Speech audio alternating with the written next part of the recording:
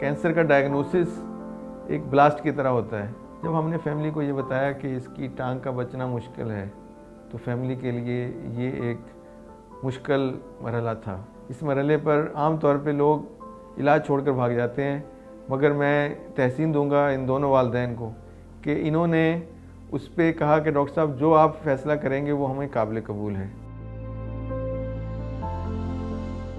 मेरी बेटी का नाम आयशा नूर है।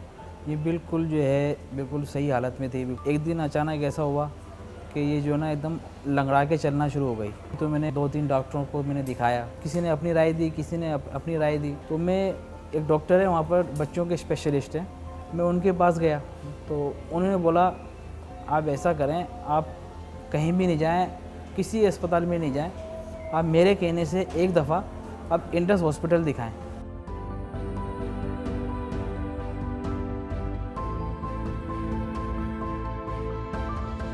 आयशा नूर हमारे पास 5 साल की उम्र में आई थी। हुआ ये था कि इनको वहाँ हैदराबाद में फ्रैक्चर हुआ नेक का, फीमर का, तो वहाँ पे इसको प्लास्टर, जिसे हिप स्पाइका कहते हैं, वो लगा दिया गया। फ्रैक्चर यूनियन नहीं हो रहा था, जुड़ नहीं रहा था। तो फिर ये इसको लेके यहाँ इंडस अस्पताल हमारे पास आए। इस दौरान इसको काफ़ी उसकी स्वेलिंग वगैरह जो थी वो बढ़ गई थी थाई के, और फिर हमने इनके जो है वो मज़ीद टेस्ट किए तो बायोप्सी से पता चला कि इनको ऑस्टियोसार्कोमा है। ऑस्टियोसार्कोमा इस एज में बहुत कम होता है। फिर इसको हमने कीमोथेरेपी शुरू की। 4 कीमो लगाने के बाद फिर हमने जो इनका MRI किया तो उसमें इनके ट्यूमर में खातरखा कमी नहीं हुई, बल्कि ऐसा लगा कि शायद ये बढ़ रहा है। तो उसके लिए फिर हमने सर्जरी करने का सोचा, जिसमें टांग के ऊपर से जाकर जो है वो ट्यूमर को निकालना भी पड़ा और इनकी जो पेल्विस है उसको भी थोड़ा सा हमें निकालना पड़ा। जब मुझे मालूम हुआ तो जब मेरे ज़मीन पैरों तले निकल गई थी, मुझे बहुत दुख हुआ, बहुत रोना आया मुझे। मैं क्या बताऊं आपको। ऑपरेशन के बाद इसकी कीमोथेरेपी जो है वो हमने जारी रखी। कीमोथेरेपी के साथ फिर हमने इनकी रिहेबिलिटेशन शुरू की और हमारे डिपार्टमेंट ने अल्हम्दुलिल्लाह इसके लिए भरपूर कोशिश की और इसका जो है वो प्रोसेसेस तैयार किया।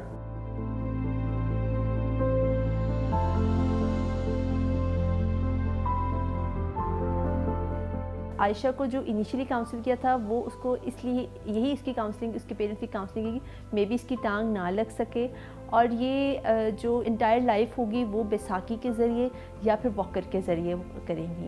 ठीक है, तो हमने इस हवाले से आयशा को काउंसिल किया और उस हवाले से उसको तैयार किया इस चीज़ के लिए। मैं ऑर्थोपेडिक सार्कोमा सर्जन हूँ और आयशा हमारी बड़ी यूनिक पेशेंट है।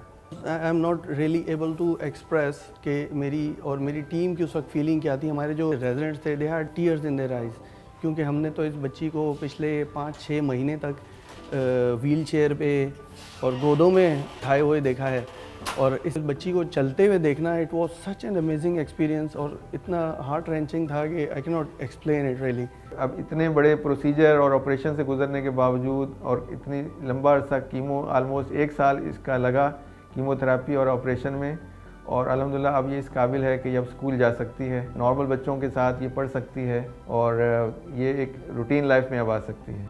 अब आयशा हमारे लिए एक इंस्पिरेशन है, ना सिर्फ हमारे लिए बल्कि ऑस्टियोसार्कोमा के साथ जितने भी बच्चे आते हैं उन सब के लिए इंस्पिरेशन है। आयशा हमारे साथ काउंसलिंग में भी हेल्प करती हैं। बच्चे जिनकी एम्पुटेशन होती है, जब हम उनको काउंसलिंग के लिए बुलाते हैं तो हम साथ आयशा को बुलाते हैं, तो आयशा हमारी मदद करती है उनकी काउंसलिंग करने में। ठीक है, उनको चल के दिखाती हैं, उनको अपने काम करके दिखाती हैं कि, और ये चीज़ ये मैसेज देती हैं कि ठीक है, एम्पुटेशन के बाद थोड़ी ज़िंदगी मुश्किल है लेकिन हम उसको किस तरीके से आसान बना सकते हैं। मैं यहाँ जब भी आता हूँ, इस बच्ची के लिए भी डॉक्टर साहब भी जो है बहुत अच्छे से देखते हैं, यहाँ का स्टाफ है वो भी बहुत अच्छी तरीके से देखता है।